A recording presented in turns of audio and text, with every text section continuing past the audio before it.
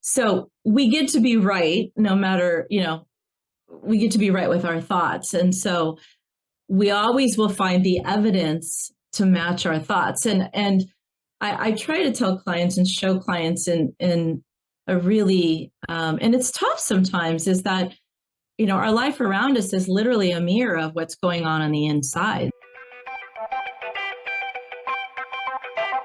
You're listening to the No Labels, No Limits podcast with best-selling author Sarah Box. We focus on the mantra, no labels, no limits, no excuses.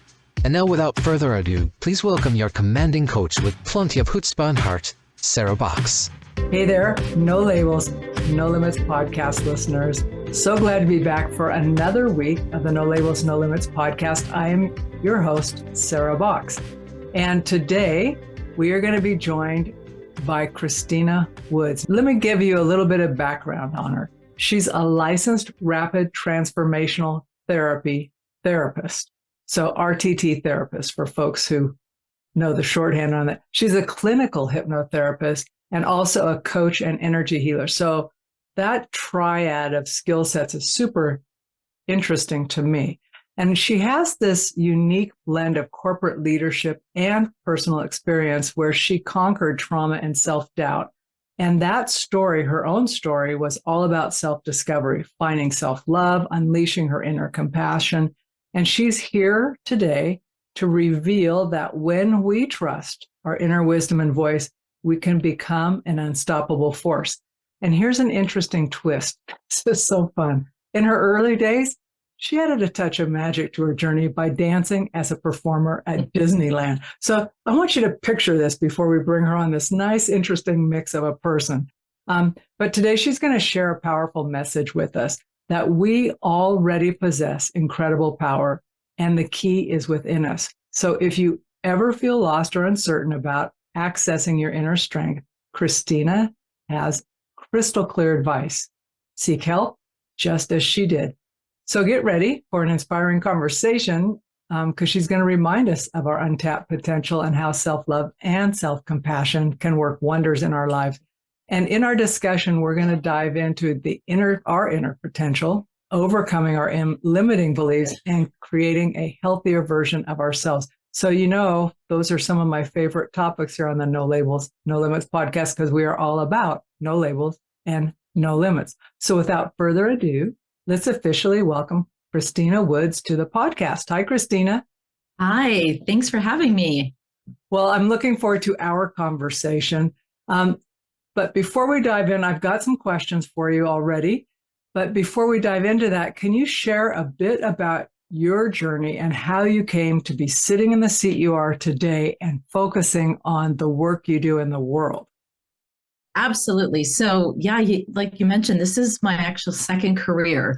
And what's exciting about that is it's still fresh. It's still something I get really excited about doing. But way back, even before my first career, I was the oldest of 4 kids. And that's kind of important because I grew up with a single mom, Italian single mom. And so it was sort of a badge to put self-care and anything that had to do with taking care of yourself. It was a badge of honor to put that way in the back. It was like, you're the oldest, you take care of everyone when I'm not around. That's just what you do. And so I grew up very fast with a lot of responsibility. And I learned very quickly if I was good, quote unquote, good, whatever that meant in that moment, got good grades, was quiet, helped mom and calmed mom down for a lot of, I had a teen mom, so she had a lot going on as she was adjusting to life.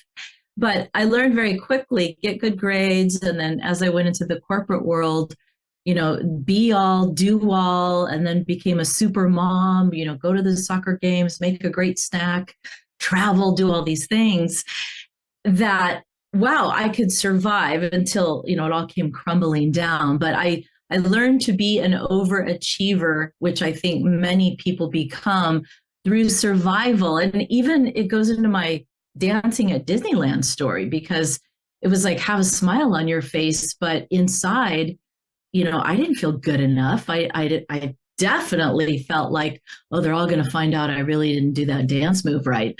But on the outside, I'm, at the happiest place on earth. So, it's the whole persona of everything's fine on the outside. Don't let anybody see on the inside. I'm struggling greatly. And that's really what I was doing. And so as I was approaching about 50 and I had, a great multi-six-figure position, VP, flying around, my marriage was falling apart, bank account in terms of debt. I kept spending, I kept eating, I kept doing all these sabotaging things, wasn't spending enough time with my kids. And I realized I actually had a moment picking weeds in the garden where I heard a voice that just said, when are you going to stop really only spending time caring about what everybody else wants? When are you going to really stop and listen to what you want?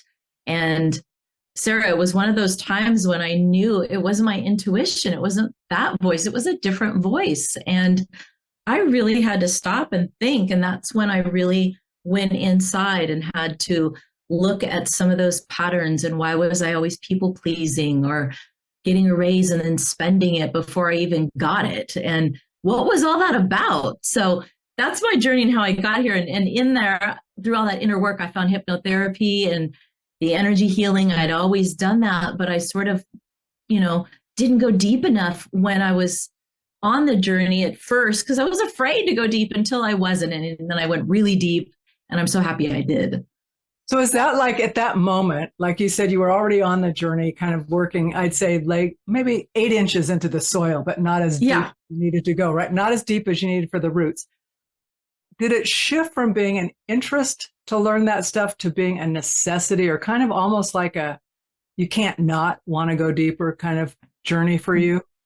That's exactly what happened. So and for many people, you get to the point where you don't know how, you don't even care how, you just know, I don't want to feel this way anymore. I don't want my life to look like this anymore. And I made a decision. I knew in my heart and in my soul, even just from that 8 inches down that I had done in spiritual work, that I was here for a reason and that I would make my way out of it. Although I didn't feel like it, I was struggling with anxiety and, this was not an easy road. And in that journey, I had learned about trauma I had buried and, all sorts of things come up when you go deeper. It's not all, rainbows and unicorns. And yeah, it was really like, I don't want to feel this crappy anymore. I don't want to feel this way anymore. I want to feel better. I want to feel happy. I want to feel joy. And yes, I want to make other people happy and do nice things, but why do I never want to do things for myself? Why am I always putting myself last? And no more. I made a decision, that decision. It was easy to make business decisions, and I had to make a decision, that I'm putting myself first. So that's an interesting sentence right there. It was easy to make business decisions, but to make the self-first decision doesn't feel so easy. No. Do you find that common for other folks when you're working with them now that they come to that same place where they're going, well, I can do this for the business, but not for me? Oh, absolutely. In fact, I work mostly with entrepreneurial women, and they're very successful and, in business and many areas of their lives. And they'll get to a point where, they're burned out and they, when I ask them about, well, what do you do for yourself? They look at me like, well, when would I possibly do anything for myself? Or like, I'm crazy. Like, well, I go to the gym or, I journal for 5 minutes or I do this or that. And isn't that enough? I already checked that box. What's your problem?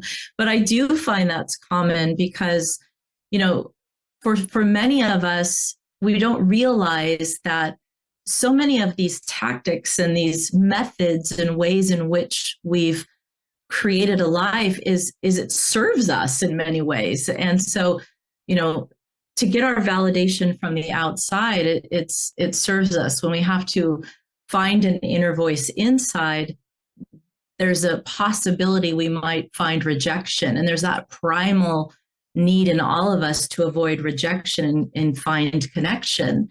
And so, until we're willing to look at some of those things, we'll do anything to avoid a possible rejection, even if it's rejection that's really not going to be a big deal. We have this visceral desire to say, oh no, I'm not going to do that. So it's so true though, and I know when I work with coaches, as I'm the coachee, the coachee, I'm the client, but I know my biggest growth points are when I am suggested to do something, I don't think I can do that. And it's like, okay, it's like, do it or don't. But when I do it, it's like, wait a minute, that's not so hard. That's not so scary. But there is that moment of like, what if this goes wrong? How will I recover from this? Right. And the little things, I'll get over it. But the bigger things like you're talking about are scary. So where did you turn first? Here you are working in the yard. You have this realization. It's like, okay, what happened then?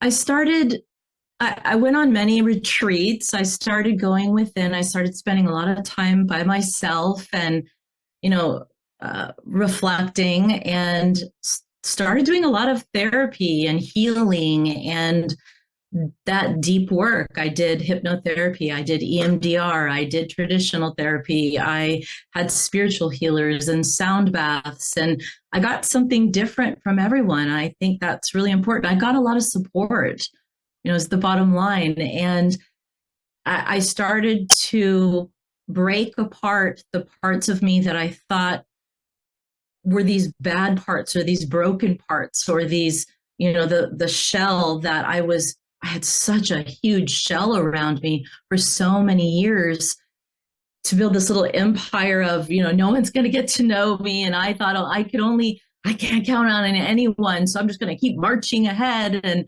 And as it fell apart, it's terrifying. But I remember the moment with one of my mentors and healers. I remember looking up and saying, I'm not bad. I'm actually a great person. I'm not bad. And they started clapping. And because you find the inner compassion for parts of you that I never had it. And, from the outside, I was pretty successful, and I had been married almost 25 years and 2 children and a nice house and a nice job, and was, contributing to society. And for the most part, things were moving along pretty well. And yet I felt like inside a completely different story was going on. Yeah, it's, I think just recognizing that duality, and I'm saying this for me or for anybody, when we look upon another person and we assume their lives are great, we all have something going on internally. We don't know what someone's struggling, right? Because we're really good as people of putting on a mask, so to speak. And so it does take bravery to do what you did. Hey there, everybody. I want to take just a minute out of this episode of the No Labels, No Limits podcast to tell you that we are officially opening the Sandbox membership in September. So if you're not already on our mailing list, please click the link below to either sign up for the membership or get on the waiting list for the membership. And if you click the link, you'll find more information about what's included, what our plans are, and better yet, you'll be on early enough to help decide what is most important to you to experience in the first 3 to 6 months of the membership. So don't wait. Click the link below and join us in the Sandbox, where fun happens. We get to do a little R&R, little learning, support one another, and really grow and expand in ourselves, in our lives, and impact the world in a profound way. So come on over, join us. Now, you've mentioned all the different kinds of modalities that you went, your spiritual, your sound baths, your hypnotherapy. Talk about hypnotherapy, because there are a lot of myths around that. Now, you've gone on and gotten your certification and you do hypnotherapy, but what are some of the myths or misconceptions about hypnotherapy? Well, we've all been to a fair or an event where we see someone on stage and, people are acting silly like a chicken. My own kids were pretty afraid of that when I said, Mom's got to be a hypnotherapist. And I came from the higher education space. So, that was everyone. Yeah, pretty different. So But what's wonderful about hypnotherapy is the biggest myth is that you're going to lose control. And I can't think of anyone that would sign up for that. Like, hey, let me sign up and just completely take control over my mind. No one's going to sign up for this. So you do not lose control. And there's a place in our consciousness where we're just very open to suggestions. And we have our conscious mind and our subconscious mind. And I think everyone's seen that picture of an iceberg where a little bit is above the water and a big part's underneath the water. Our subconscious mind is that big chunk underneath the water. It's 95% of our consciousness. It's how we think about the world, how we feel in relationship to others and ourselves. Yet we think the 5% is calling the shots, driving the car. The one I thought we all think is the one that says, I'm fine. Like, or why did I eat that cookie at 11 o'clock? I'm so stupid. I'm lazy. Why did I do that? But it's the chunk under the water that's where we need to go ask, like, why did I eat the cookie at 11 o'clock? Or why are you sabotaging that? Or why do you allow your boss to text you at midnight and pull out a report when you should be sleeping? And why do you say yes to everyone? Or why do you sabotage when you meet someone that could be the love of your life? This is where we need to go. So in hypnotherapy, we quiet the critical mind and we go into our subconscious, and our mind is so brilliant. We're able to ask questions, and it goes right to when and where and how these beliefs, the root cause of these beliefs that we have, or why if we're talking about sabotage, or why we have certain blocks or feelings about ourselves, why they're there. When did these beliefs first begin?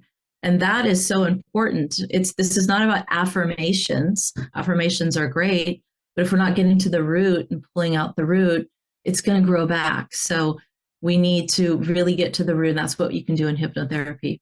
Now, is that a long process? Does that take a long time to get to the root and understand and release through hypnotherapy?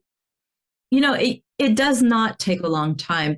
But I will say, depending on the issue, of course, and what someone's going on in life, there's layers to healing. There's layers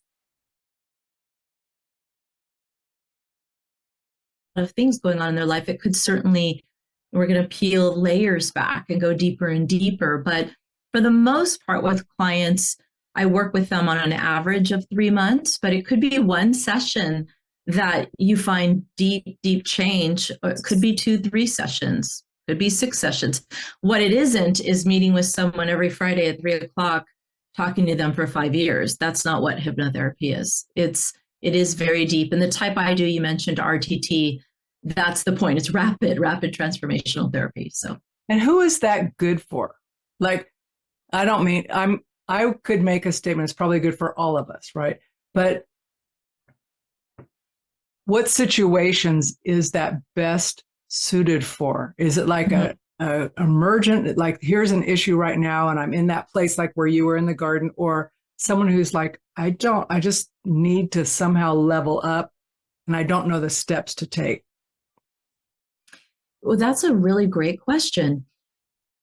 And I don't want to say it's good for all of those things, but it really is. So, it could be, sometimes people will come to me because they've exhausted everything else. You often will not call a hypnotherapist first unless you're really familiar with it.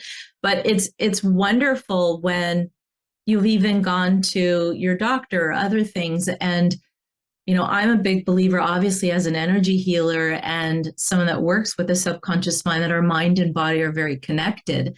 And so it's excellent when we can get to the root of why are these emotional issues perhaps impacting other physical things in your body. So, for example, I have a lot of clients that will come with certain kinds of migraines or gut and certain bowel issues or things that are connected to emotional issues. So still going to the doctor, still doing those things, but this can be a great supplement to that. And also, yes, if it's, I'm trying everything, I'm doing everything, or I just want my life to get a little bit better. I don't, everything's kind of going great, but I just want to be more focused, or I want to, I had someone just call me the other day and say, I'm great weight. I go to the gym. I just want to be a little bit more motivated and a little bit healthier, and I can't seem to get that little umph, and wants to do a few sessions to really, scale up and take it up a notch. So all parts, all areas of the spectrum. And are you working remote with folks? I am. I have clients all over the world. It's really beautiful that, it's just as effective. It's just as intimate. It's just feels the exact same, other than me not being able to tap your little forehead. It's all virtual. Couple clients, I'm local to Southern California, I might see in person, but everyone else is all over the place. Boy, howdy, aren't we all over the place? Yeah. We are. So let me ask a couple different questions. Mm-hmm. So the feeling of not enough, right? It seems to be pretty prevalent. And I don't want to say an epidemic, but it seems to be pretty common. Mm-hmm. And I'm not certain if that's due to the rise of being constantly connected or compared to people across things or whatever. But can you share a story or an approach that you found effective in helping us shift kind of self-perception from not enough to recognizing our true worth and potential?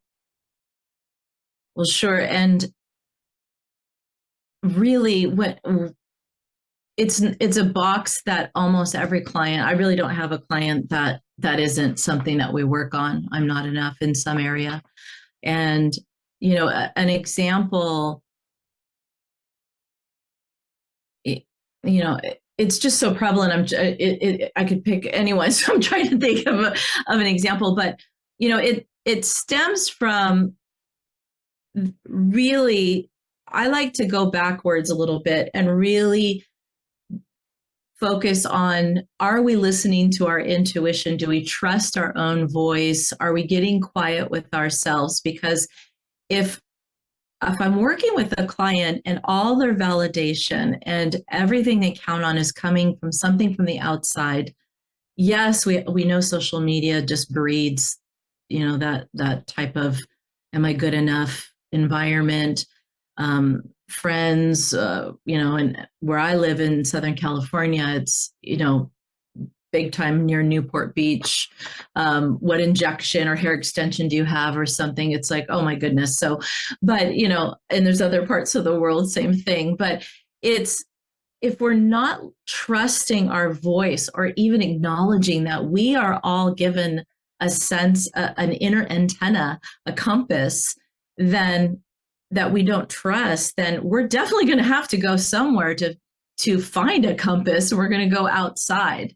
And so this I'm not enoughness with the clients, one client recently I had, she actually owned a business and she was being supported financially 100% by a partner, and the partner and her, was clearly that it was over. But when you're supported 100% financially and you have children, and these were her children, not his children, that's a big leap to be able, to do that. And while we were working together, and we started to work on some of the core reasons why she did not have the confidence to leave, what we found was, as a child, there were some decisions that her father made, that were poor decisions that really made her feel like she wasn't special she wasn't lovable. So this feeling of I'm not lovable led to I'm not enough. But as we worked through those roots, she could see, and as she started spending time on herself, she could see, and I clearly remember the day we had a call and she said, I was journaling last night. I went through the root exercise I give everyone, which is and then they use their name, I, Christina, or I, Sarah, feel, because just like when, and she said, you know what, this is ridiculous, the stuff I'm putting up with. I don't care what it takes. I've got this. And she literally left and is now, of course, being able to support herself financially. Of course, she's had to make cutbacks and get smart with her budget, but she is so empowered and excited now about her future. Her kids are proud of her, and all of this because she went back and she find out the root was, as a child, she still had a belief base from a child's perspective. Once she was able to get clarity that, gosh, I'm not 5 anymore, I'm not 8 anymore. Of course I felt that way then. And now as an adult, I don't feel that way. And I can actually do the things I need to do to love myself. And this situation right now is codependent. It's not what I need, and I can move on. But when and she could trust her intuition, she could stop saying, I need to give these jars. I talk about these jars of control, safety, and approval in ourselves. And we often will give our jars to other people to fill up and say, will you help me feel validated? When we take our own jars back and fill our own validation up, it's just so many things become so much easier and smoother in life. But I mean, we often give them to our kids, will you get good grades and make me feel better? Will you do this and make me feel better? I do it. We all do it sometimes. And I go, eek, I'll take my cup back, my jar back. Sorry, I loaned it to you for a while. Oh, that's such a great metaphor, the jars. Yes. A coach taught me that. And it's based on the Sedona method, Lester Levinson, and these beliefs that we all are born with control, safety, and approval. We all are enough. We're all enough already. And we all need security and control and approval. It's when we seek it on the outside, something else gives us a sense of control, right? And something else gives us a sense of safety or approval. So when we can take that back, then it's intrinsically a part of us. Then we make different decisions. That's really powerful. I can just, I'm picturing her, even though I don't even know anything about her, just like all of a sudden going, all right, this feels good, right? Yeah. And, she hated journaling. She hated having quiet time. She was she literally was like, why do you want me to journal? What was the point? Why? I don't have time for this. Like, could you just do that one sentence? Okay. And she was good. She kept doing it. And it was weeks before all of a sudden, she has to have her own, we all have to have our own epiphanies and moments, right? And when it struck her, she was like, I'm done. I'm enough. I don't need it. I had one of those moments recently, not from that particular exercise, but I'd been asked a similar question often enough. And, you get asked it, or I do, like someone will ask me a question and I'll ruminate on it. Like I might journal on it. I might just go, that's a good question. Don't have a clue how to answer it. But you know what? Pretty soon it starts like, oh, yeah. Oh, yeah. And I just remember this one time I got super clear and someone I'm working with says, well, we could change this. And I said, we're not changing it. Yeah. I am not that I'm not really that hardline. I'm pretty let's talk about it. But sure, in my head, I'm going, we're not changing it. So, but I was just direct. I said, we're not changing it. Why? And I said, because there's nothing wrong with the way it is. We designed it. We thought it. I mean, it's like our thought process was good. Mm-hmm.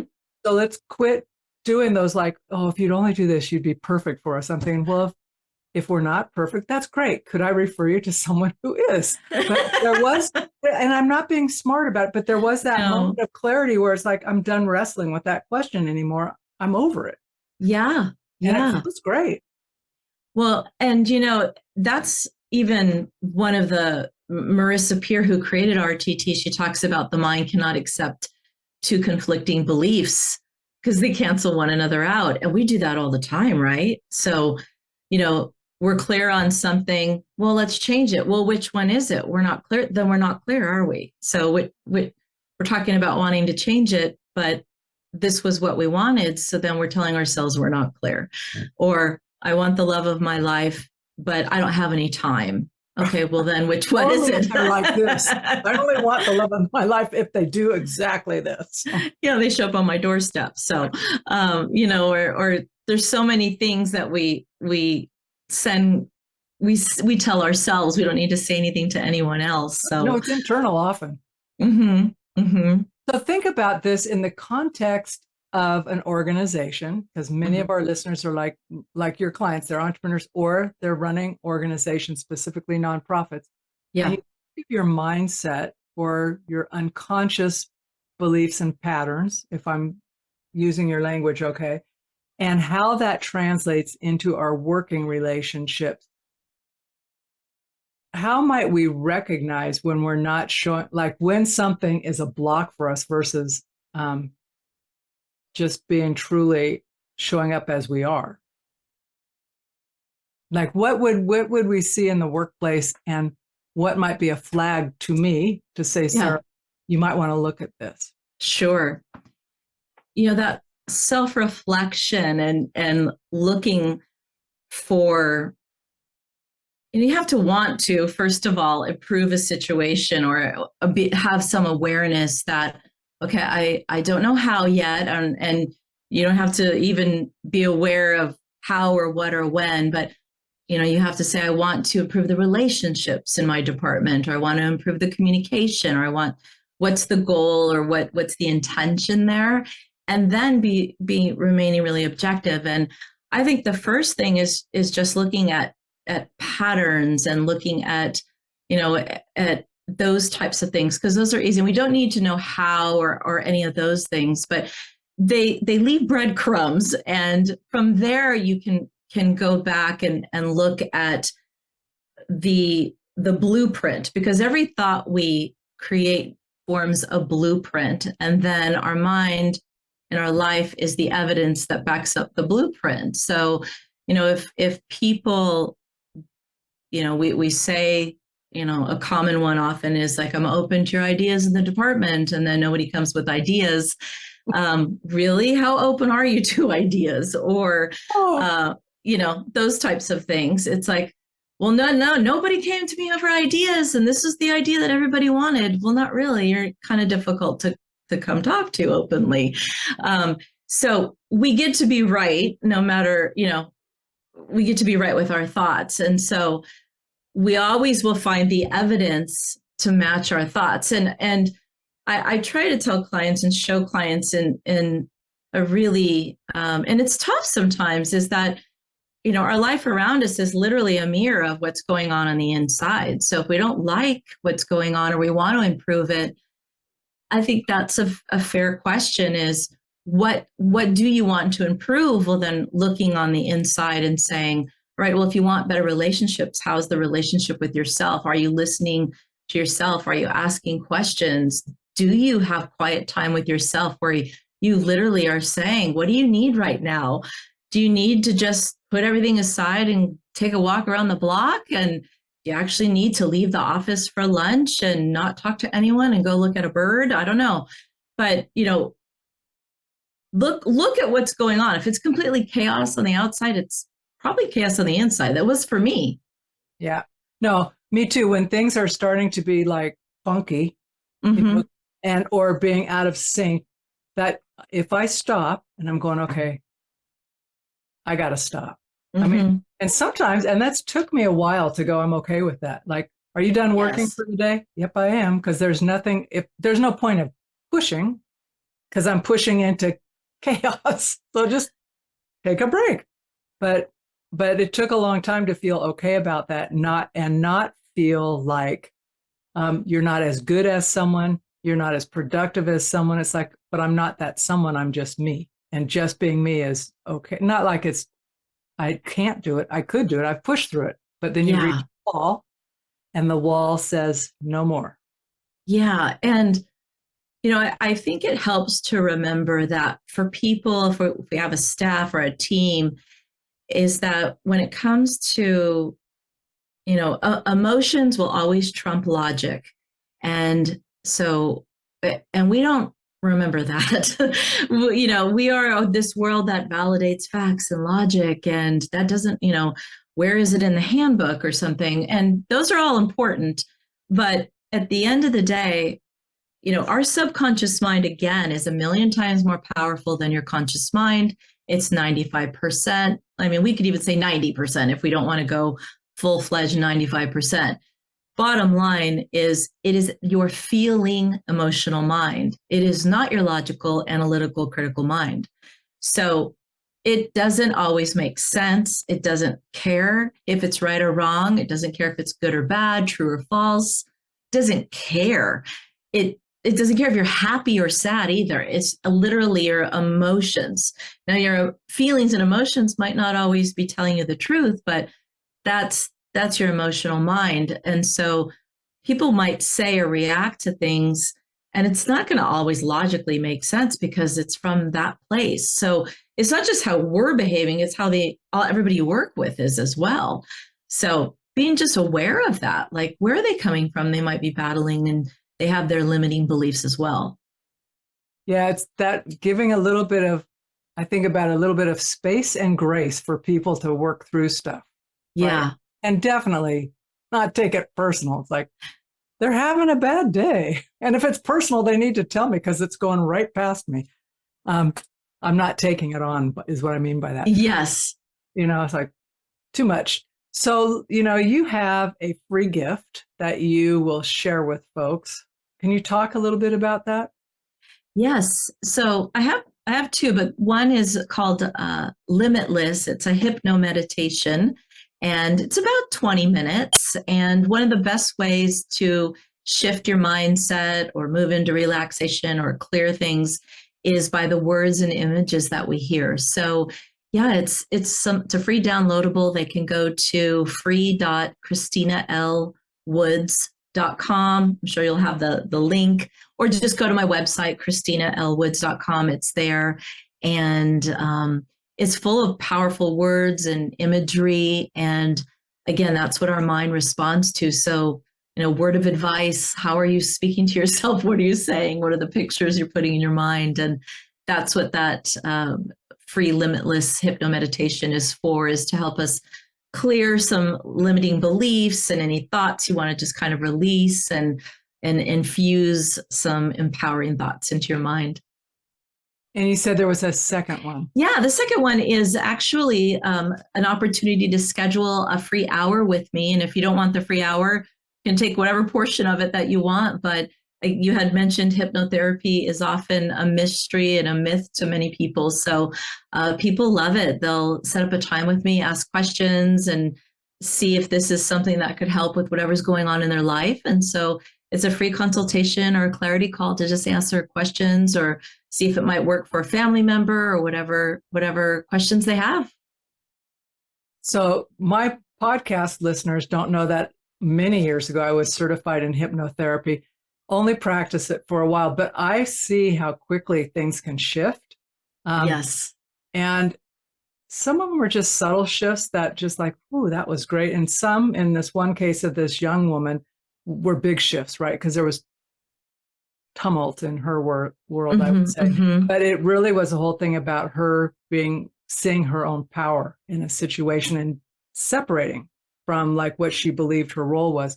So I say that, folks, to say that as a consumer of hypnotherapy and a previous practitioner of it, I would take Christina up on this because that's a great offer.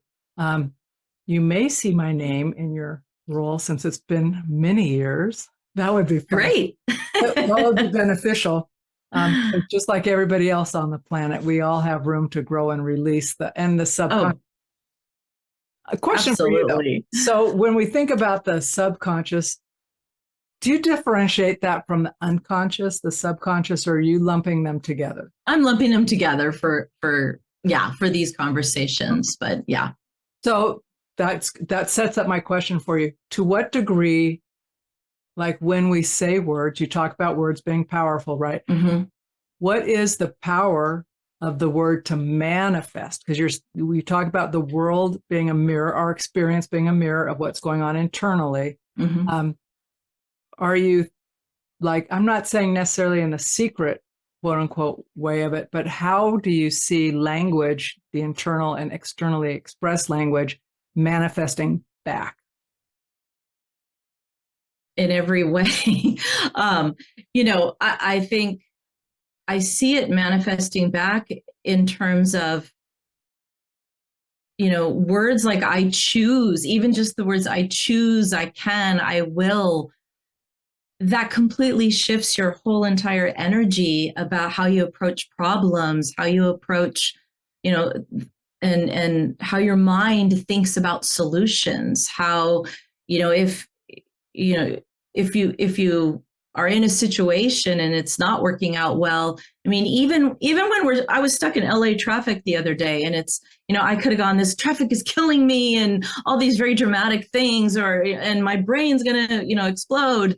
But your body listens to these words. Instead, it's like, okay, this is a little blip in the road. I'm going to be late for my conference call. I'll shoot a little email and I'll, be on it in a half an hour. So I consciously made a decision to change my words. But if you think about it, though, how often have we said, this is crazy, this is asinine, this is, these very explosive words, but I choose, or, really look at the reality of the situation. And very often it's not as dramatic as we're making it out to be. It usually isn't. No. I know. When I can remember to laugh, I'm thinking, really, Sarah, this is not that big a whoop. So yeah. What is it? But really choosing those empowering words, like instead of saying I have to do something, like I have to get up and do X, Y, Z, it's like I get to get up. I get to, yeah. There's a lot of people who aren't getting to do that, who would love to do that. And I get to do that. I get to is great. Yeah, it's a good reframe on it. Wonderful one, Sarah. Yep. So I have a question for you that I like to ask our guest, and I would like for you to share a previous podcast that you've listened to on our show, who the guest was, and something you took away from the podcast. Yes. Well, I scored because I listened to a few, but Dr. Heather Penny on episode 314 was incredible. And there were so many things, and I'm going to get her book and I'm going to listen to her as much as I can, just because she had such words of wisdom. But two things really struck me was what she shared about restorative rest and this idea. I think she even mentioned that she was speaking about restorative rest, and someone said, could you explain rest? What do you mean by rest? Is exactly what she said. And it reminds me, I have an exercise I'll take clients down, and they actually have to, it's from the Artist's Way, where you take yourself out on a date once a month. And people would rather I have them write a 40-page essay than take themselves on a date for 1 hour a month or a week. I think it's a week. And they're like, what do you mean, take me out on a date, myself on a date for an hour? Like, yeah, walk around a park, go to the beach. I don't know, do something you like to do anything. Well, what do you mean by that? What am I supposed to do? Are there instructions? It's like, just rest and enjoy. So the restorative rest, it hit home for me because, I'm human too. You get going and going, and just taking those moments to restore and come back even more charged and motivated and clear and grounded. And then she talks about spiraling up instead of spiraling down. And, that my old self is this running around like a crazy woman with my head cut off like a chicken and spiraling out of control. And I loved that spiraling up visual I got out of it.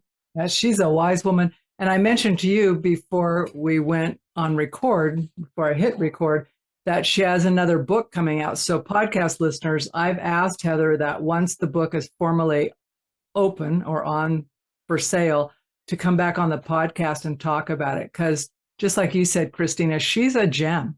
Mm-hmm. She's really awesome. And she's wise and very real. In fact, you guys have similar energy. So, oh, well, that's a compliment. Thank you so much. You do. You have similar energy. And I think it's great. So I'm going to leave you with the last words, something you want our listeners to remember as they go into their day. They already have the answers within them.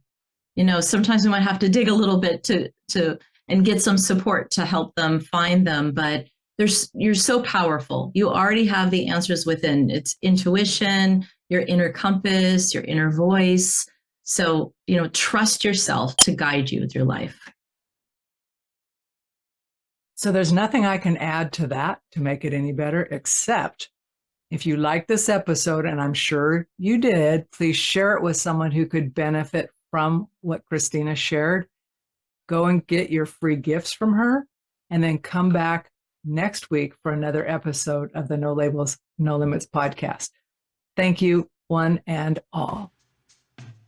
You've been listening to the No Labels, No Limits podcast with best-selling author, change agent, and strategic business coach, Sarah Box.